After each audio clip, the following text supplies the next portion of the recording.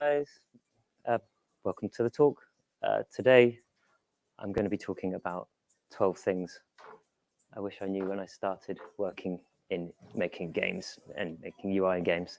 So I've had to sort of push myself back to when I entered the sort of industry and sort of thought about the things that I didn't know that I wish I did when I first stepped into that room and realized, all that I knew was wrong and all of that. So what I hope to do today is equip you with a few little principles, a couple of tools that will help you when you're making UI in games, or even if you're not, maybe they're useful in life, who knows? So basically, principles and methods and theories, they're like tools. And so once they cease to be useful, you get rid of them, you modify them. But if they don't serve you anymore, you just throw them away. So a little bit about me to start with. So as I said, I work in games, obviously, I'm here.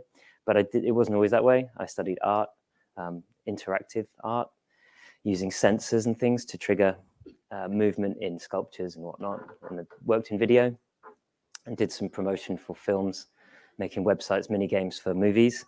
A few of them were successful, surprisingly. Things like Despicable Me, Ratatouille and Transformers I was lucky enough to work on. And then I went into sort of software dev for a bit, doing email software, which was dry as anything after working in films, but it gave me a grounding in like Perforce and sort of versioning control. And then I was lucky enough to get a job working in games and worked on CSR Racing, which was a success, luckily. So yeah, I'm just sort of lucky to have surfed that and then worked making other racing games with Electric Square. And most recently, I'm making VR games at Endreams. So I've picked up a few things along the way, I hope. So I've broken some of these into just 12 sort of anecdotal ideas. This is not like the 10 Commandments. They're just like quite silly titles, but I hope it slightly gives them a little bit more flavor and helps you remember them a little bit more. So first of all, be humble. I should sort of like crouch to you guys because you as individuals, you know things that I don't know, like massively, right? Everyone is an expert in them. And so when it comes to usability, that's really, really important to remember that, right? You're just one person. When you come to look at your UI, you see it through your eyes, but you have to try and use your empathy massively. It's like a gift, if you can, to see it through other people's eyes. But I'm mentioning this for another reason. The Dunning-Kruger effect is a cognitive bias where we all think when we're new to something that we know more about it than we do. And then when we're somewhat of an expert, we actually think that we know less than we do. So this is the only graph in the presentation, and it's pretty pointless, but you can see when you're new, you're down here and your actual proficiency. And when you're an expert, you actually underestimate how much you know a little bit. So this definitely was the case when I started in UI. I thought I knew loads about Photoshop, for example. I was used to being the person in the room who knew the most about Photoshop. And then you walk into a room full of people who know more than you about Photoshop and like 10 other coding languages that you've never heard of. Okay, so this is a little diagram. You may have seen stuff like this before. Just a reminder, when we're on our way to learning something, say this is the goal, the arrow at the top is where we want to be. We want to achieve a game. We want to get there. We want to make a UI. It's pretty intimidating. We're like, how do I get there? There's no ladder. And something that's worth remembering is there's lots of things that you know already, but if you order them correctly, they can be useful tools to get you there. So these are some of the skills and knowledge, hopefully little ideas that can help get you to the UI you want. And don't forget that you've climbed a huge mountain to get where you are. You're here, you're at Develop. You wouldn't be here if you weren't already quite an expert in many things like opening doors and stuff like that. So that stuff can be useful, right? That's an interaction. You can put that into your game. That's a real world interaction. So these little jumbled bricks, they represent knowledge that is yet to be ordered into something useful, but you've already got it. You already know it. So we know more than we think. So the best way to get to your destination is just to learn everything that you need to know, but no more. Just learn the directest route. So when I started off doing websites, I was totally lost in HTML, CSS, JavaScript, overwhelmed by all of that. I try and avoid code these days. But at the time, a wiser, cleverer person said to me, just learn what you need to know to get to the next step. Don't try and learn everything all at once. Some of the best advice I've ever had, I think. Unfortunately, when the goalposts move a little bit, it does come tumbling down. So it's like those platformers where you walk across the platform and it comes tumbling down after you've walked across them. Your knowledge might not be grounded enough to give you any sort of give when you move the target. But as I've said before, it forms a sort of basis and you can build it up. And this was really just an excuse so I could animate this guy. Because I'm an artist and if somebody gives me a presentation, I want to make an animation. So yay, he's really happy. He's at the top, yeah? He's really happy, happy feet. He or she or it is at the top. And you might just be happy to be there and achieve that skill level, and you could carry on doing that, right? You could carry on doing the same thing, making the same sort of game. And this might have been the case back 400 years ago with blacksmiths and whatnot. They could have carried on being a blacksmith. But I think even then, they would have wanted to specialize and become an armor smith or an arrow smith or whatever. So here's the guy who's learned the thing and he's just going to do that for the rest of his career. Cool. We can't do that. We have to keep moving. Technology is always moving. And so again, you're always doing this. This is how you're always going to be at the bottom. And if you think you've mastered your thing, then great, but there's always more, right? So always, stay hungry. I know it's a cliche, but just keep learning. If you think you've mastered it, then I'm afraid you're not looking ahead far enough. This leads into this green dot. This green dot represents what you know, what you can do. It's like your sphere of competence. And then you may be able to make toast. Let's say you're not a very good cook. You may be able to make toast. The green circle represents making toast, but the red circle represents beans on toast. Now, so the idea of heating up the beans, opening the can, it's just beyond you. You don't know how to do that. But with a little bit of help, you think you might be able to open the can.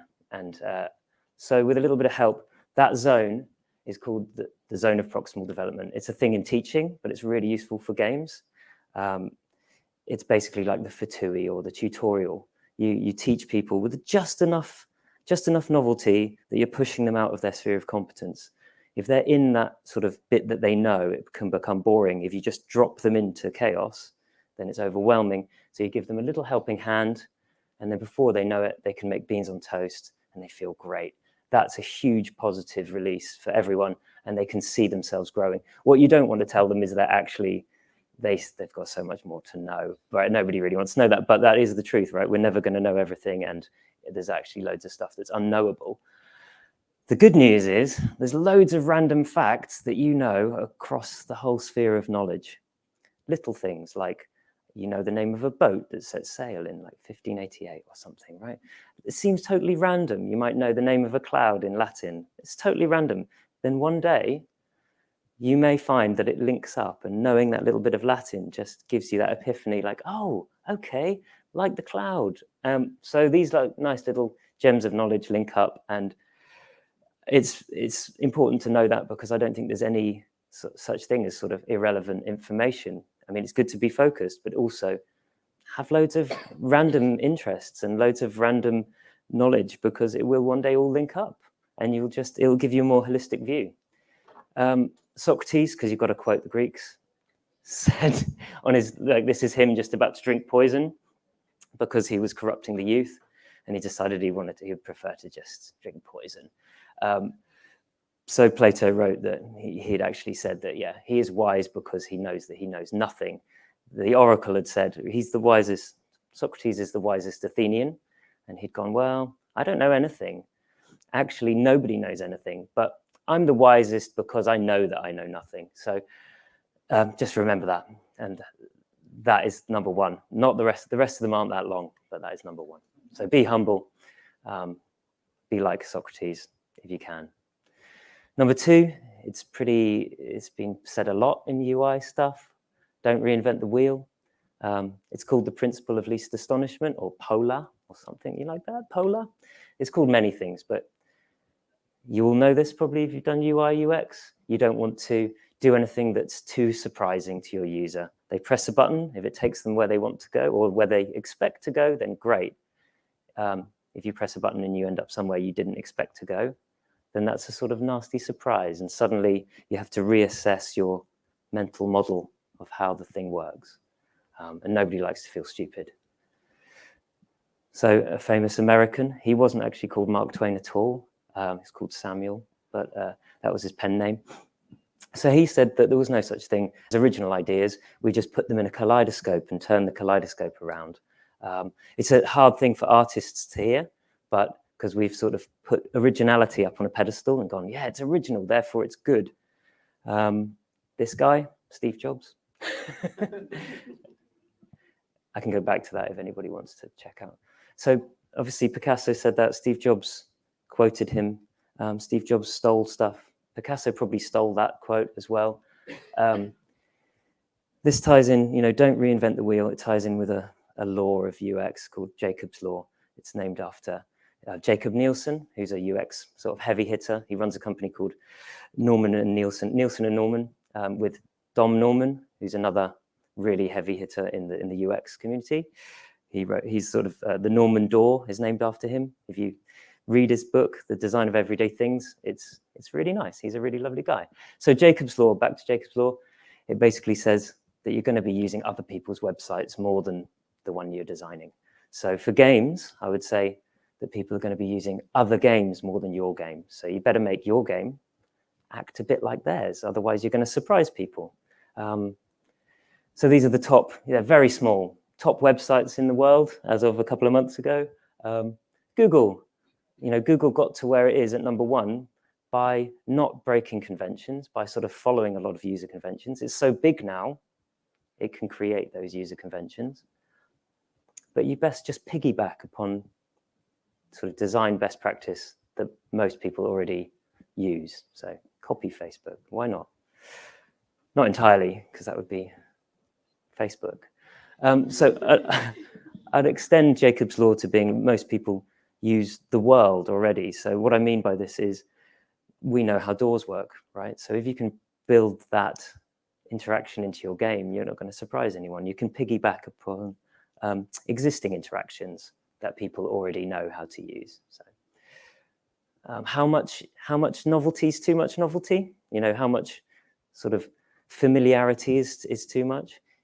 If it's 100% traditional, if something's 100% normal and boring, it's just that, it's boring, it's gray, doesn't surprise you at all. This little cheese graph is meant to represent the 80% traditional and the 20% original. It could be even less than that, like 10% original. You need a little bit of originality, otherwise it's stagnant. And the traditionality grounds it and gives people a format in which they can understand it.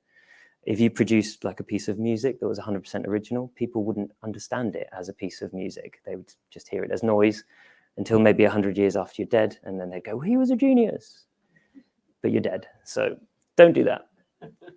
So don't reinvent the wheel.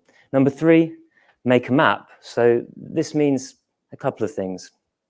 As a UI UXer, you're going to want to make wireframes and screen flows, all of that. And that's to explain to your team, people around you, how you're going to make this game. It's like a map. You can agree on the destination. You can agree on the sort of place names, as it were, what we're going to call this screen, what we're going to call this icon. That really helps talking about things. But the make a map also works for your user. So I don't know whether these are actually connected. Maps, yeah, okay. Maps help explain things to your user. So obviously, it's nice to know where you are within a UI, within a whole sort of interface. You want to kind of know, can I get home? How far am I from the end? Having certain elements that give you a bit of orientation. I think it's always important to have a home screen or a sort of safety net, back button. And home screens always function as a really nice orientation point where people feel sort of, I know where I am from here. There's a lot of UIs that get very sprawling, very complicated. People find it very hard to make a mental model of it. And it's sort of overwhelming. People don't really like being overwhelmed. This is a famous map. It's been copied by most of the other tube maps of the world. This is more of a geographical representation of that map. So this is really an abstraction. We just accept it. It's really useful. It's more memorable. This is the sort of sprawling retinal type pathways that it really is. And this isn't much use to anyone, and no one uses that. It ties in slightly with Conway's law, which is just a sort of law of software dev more than games, where it says that your final product will sort of mirror the systems within your organization. So if your internal structure doesn't communicate with each other very well, then your game is not going to hang together very well. This is like catastrophic failures in shuttle launches because one team was using inches and one team was using centimeters. I'm paraphrasing, but look it up. Yeah, it causes disaster. So you need to make a map, agree what you're going to call things, and stick to it. Okay, this one's go with the flow. Yeah, I'd love to have a little Lilo right now, like that chap. I'll have some water instead. Yeah, so the flow state, right? It's been talked about a lot. It was very in fashion about sort of 8 years ago, the flow state in games. Once you get involved in a task, and you focus your attention fully on a task, time evaporates and you sort of lose your sense of ego. And this is a really enjoyable thing. It happens when you're gardening or doing that thing. You're in the moment, you're sparring, whatever it is. You can't actually be in mortal danger, so fighting wouldn't count, but it does certainly take your attention, but not in a nice way. So the flow state is what is like evoked in games. People seek it out. But like I said, you're actively involved. You have to be actively focused on it. So I've come up with this idea of a float state because I believe that when you're listening to music, you're not actively engaged, but your mind does wander. You're in sort of cognitively immersed in a thing. You're not sort of actively engaged, and so it doesn't actually count as flow state strictly. We all have nice moments where we're in the bath or in the shower, have good thoughts. And so I wanted to kind of make this idea of a float state. And I think in UI, it's probably closer to a float state. It's more of a restful state of mind, a sort of browsing. You're not so actively engaged all the time. I think this can be a nice sort of solution to the more minute-to-minute flow state of a game. So it helps people sort of rest in between game loops, game sessions. Just an idea. I mean, I'll leave you guys to write the paper on it. I'm just going to put it out there. Function over form. It's been said a million times. It's no news to any of you guys here, but obviously it was something I wish I'd studied a bit more before starting UI. So quite often you have games that are, maybe they're run by the UX designer, and the UX designer is like, no drop shadows. It's all going to be just square rectangles. Or you might have a game that's run by the art director, and they're going, yeah, let's use a Gothic font. And right, it's somewhere in between you've got to go for. You can't use a font that's going to be illegible. You have to I tend to always go for function first and then make it look pretty afterwards, but never at the sort of victim of being functional. So the message is the king, right? We need to tell them what this page does. We need to get them to make a decision and get them through it in the easiest possible way. And the art should never get in the way. So form over function. If I was going to get a tattoo, it wouldn't be that either. Less is more. So, okay, very, very simple in terms of this is a sort of minimalist manifesto. Again, abstract, like we did with the tube map. People can only focus on a certain number of things. So give them less, they're going to understand. They're going to have more time to understand it. It's sort of to do with value as well. When a kid has like one toy car, that's their favorite toy. When they have 5 toy cars, that sort of value is divided amongst 5. They're somehow less valuable.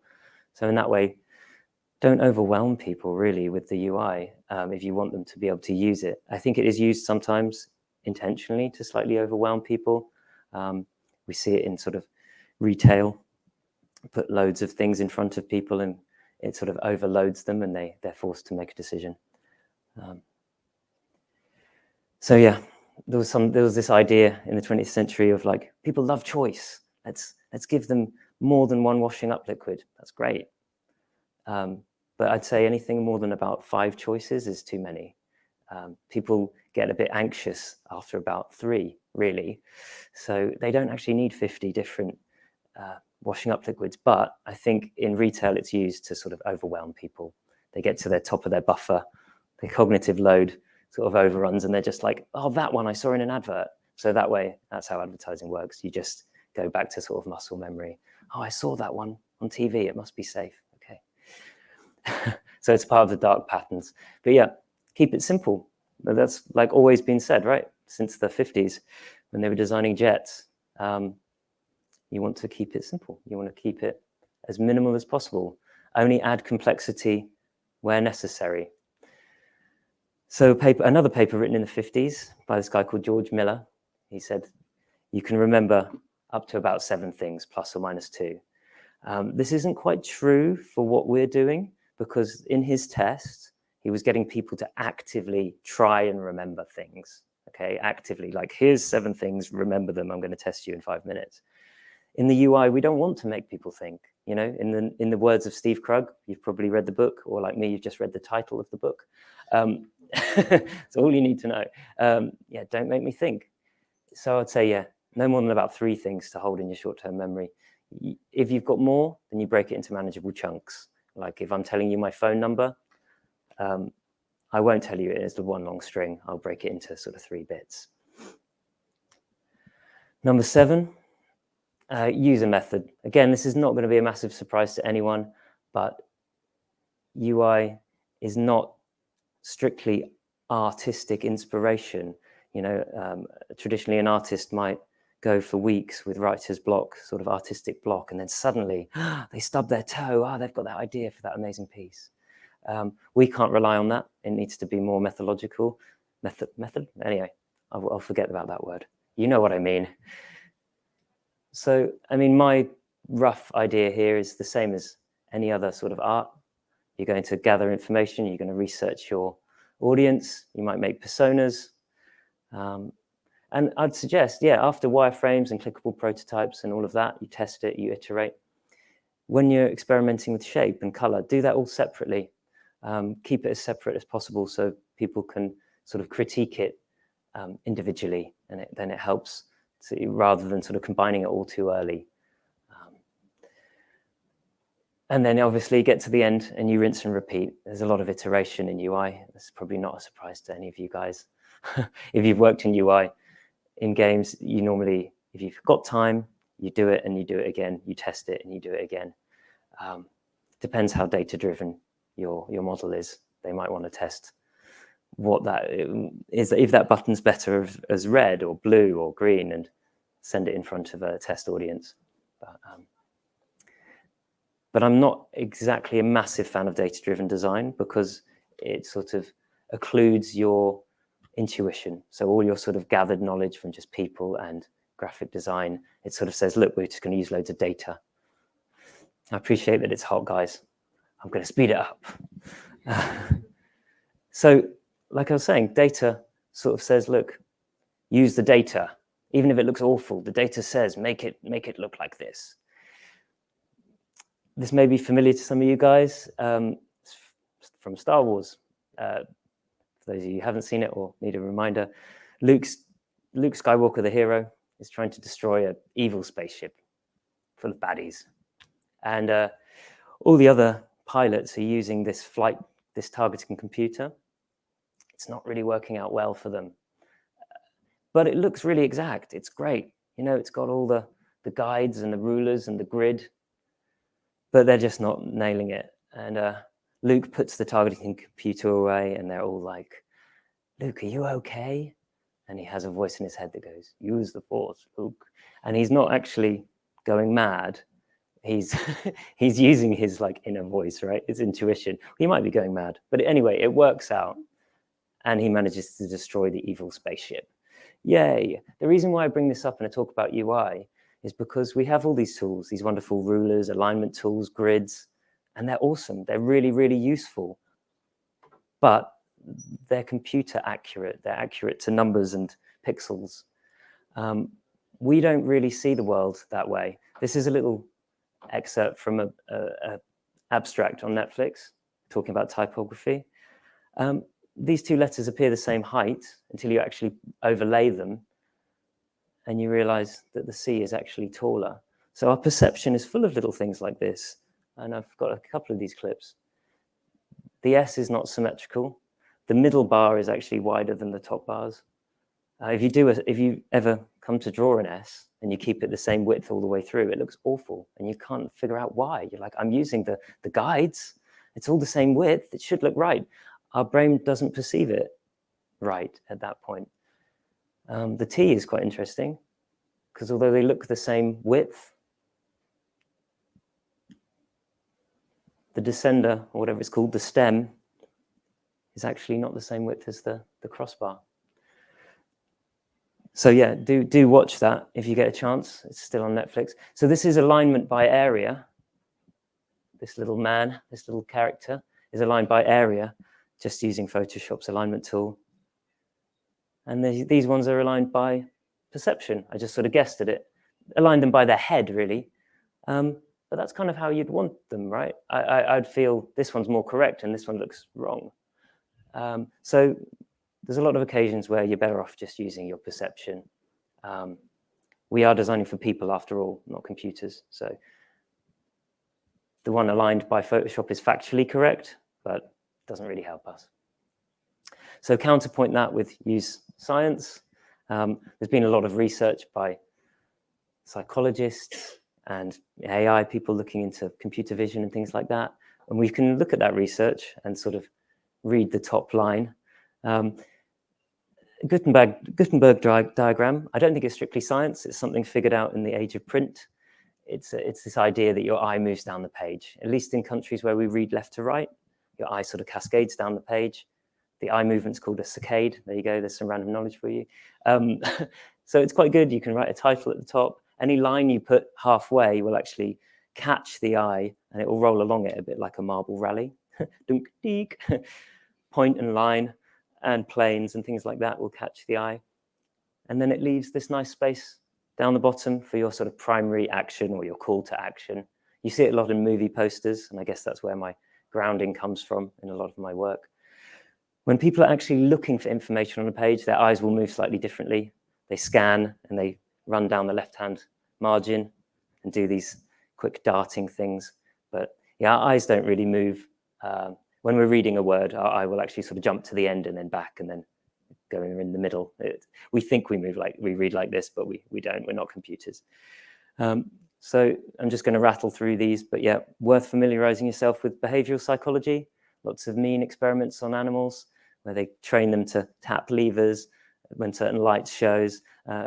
B.F. Skinner and Pavlov, obviously conditioning and reinforcement, just worth knowing about, even if it's just to avoid the sort of evil gambling type games. But sorry, guys who work in gambling games.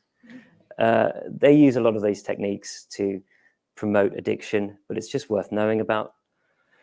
The Gestalt theories of perception, familiarize yourself with them. That's just how we sort of knit together this idea that the world is one thing. Really, it's just lots of little snippets of information, and our brain fills in the blanks. And Gestalt theories were like these Austrian theorists that worked out, if you have two things next to each other, you associate them more than if they're further apart. It sounds obvious, but it's not.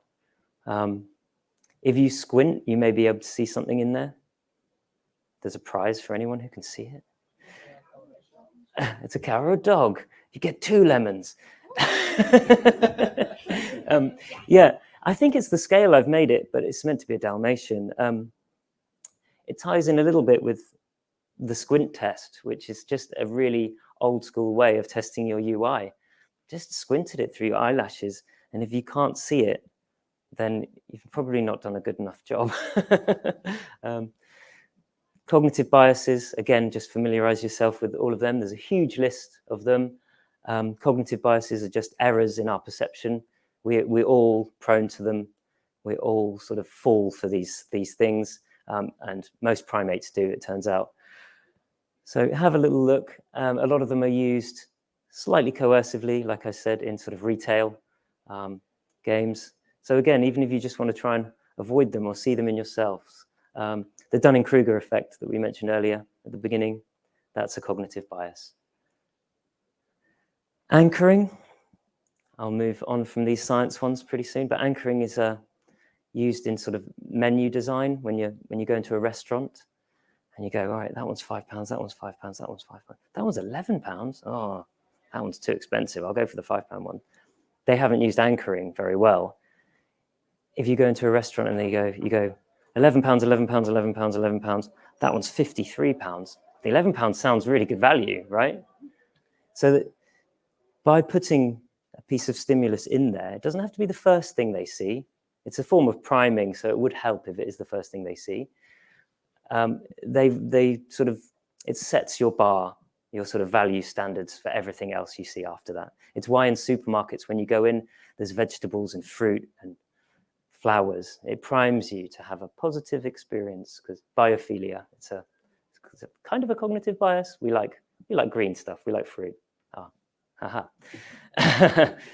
Belt and braces. It's just basically like, if something's worth doing, do it twice. With UI, you have to really hammer the message home. You can't just write it in bold. You have to write it in bold and highlight it and make it green and make it flash with sparkles and jump up and down. It also applies to navigation. So I like the idea that people use a game in different ways. I remember I was using this sort of bottom bar navigation and somebody else went, oh, no, I just tap on the top. But it both took you to the shop. You could click on the cash in the info bar at the top, take you to the shop. You could click on the shop in the bar at the bottom. Both of us just use the game in different ways. I used to hear in web, oh, no, you only have one way to navigate and everything else is confusing and therefore wrong. I would say, no. Make all roads lead to Rome. Yeah, make all roads lead to your shop. I mean, I don't mean it literally. Don't make every button go to your shop. You're not going to see a great improvement in your conversion rates. With buttons, Apple, Google, they all recommend you use text and icon, right? You're operating on both levels, linguistic and iconographic, two parts of the brain. And eventually, you know that the white spanner means upgrade. You don't have to read it anymore. And as I said, even better than word and icon, use color. Even better than that, give it some affordance, make it look a bit more enticing. A drop shadow, I mean, it's an awful button, excuse that, but there you go. Number 11, games for everyone. So this is like a big heart, yeah? Games are for everyone. I mean, if they're not, then why are we doing them? There's so many games that are just for a certain type of like neurological, inclined person. Now, I'm dyslexic. I think that helps me because I can look at a game and go, I don't understand. I mean, games are mostly designed by people who are very literate and very good with numbers. And we have to remember, not everyone's like that. Not everybody's got two hands. Not everybody can read. And if you make your funnel massively wide as you can, you're going to get a lot of love from your audience. You're going to get a wider audience. So it's not only the right thing to do, it makes good business sense. It was really just to say that, designed for colorblind, designed for people who have only one hand, or people who have no hands, or people who can't see. I heard a question earlier about a gentleman inquiring about VR experiences for the blind people. And, that's a hard one. And it's got to be possible. With audio. So yeah, accessibility is like massively close to my heart, and I know it's a lot of money can be spent on it, and it can be seen as a sort of black hole where you could pour money. But I think more and more we're going to be seeing that's like in the forefront of everyone's minds. You quite often see with accessibility features, people will use them, even if they're not colorblind, they'll just prefer to use that feature or whatever. And it just means there's more ways to play the game. It's great. Number 12, don't panic, in the words of Douglas Adams. So we tend to put a lot of ourself in our designs. We believe in it, we love it, we put our belief behind it, and then when it gets invariably sort of trashed and chucked in the bin because it's due to the iteration, we can sometimes feel upset by this. Again, this is partly due to a cognitive bias called attribution bias, where we will fiercely defend our viewpoint, even if it's the wrong thing, just because it's our brainchild and we love it dearly. So you have to kind of step back, go for a walk, do some exercise. Nature's good. Go and make a cup of tea if you can't go for a walk or work out. Just walk away from it. Deep breaths. Remember, it's just a game. It's their game, probably, unless you're doing your own thing, in which case, good for you. You could probably do the UI you want if you're doing your own game. But, we tend to hold on to our ideas a little bit harder than we should. And eventually you come back and you look back at what they said and you go, oh yeah, you know what, you've got a point. It's just a game. You're probably right. But we've all had those stressful days where it can weigh heavy on our mind and just stress us out. So be like water, flow around the obstacle. You can sort of forget that you're trying to get there, and you sort of get distracted by the obstacle, and you end up banging your head against the obstacle instead of just flowing around it. So yeah, in the words of Bruce Lee as well, yeah, be like water. That's it, guys. I hope I've given you some insight and some little clues, things that might be useful going forward. It is just the tip of the iceberg, but I hope it was interesting to you guys.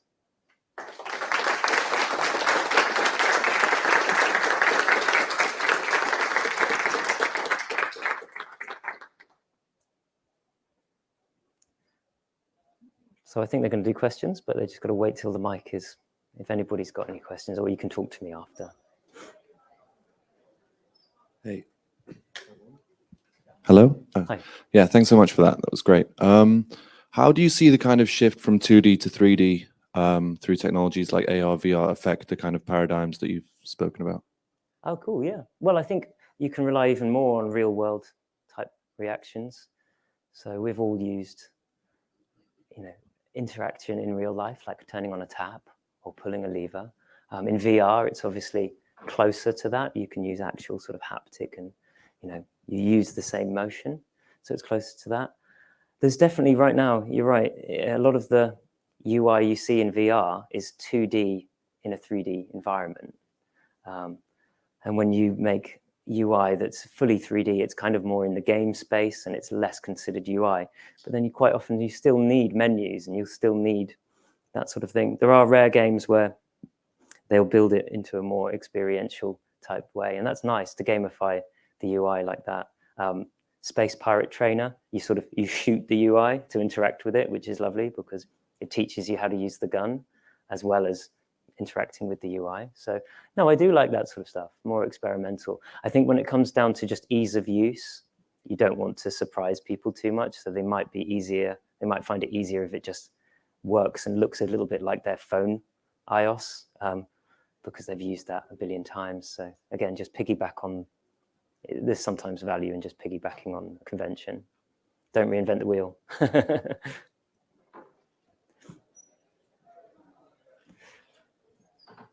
All good.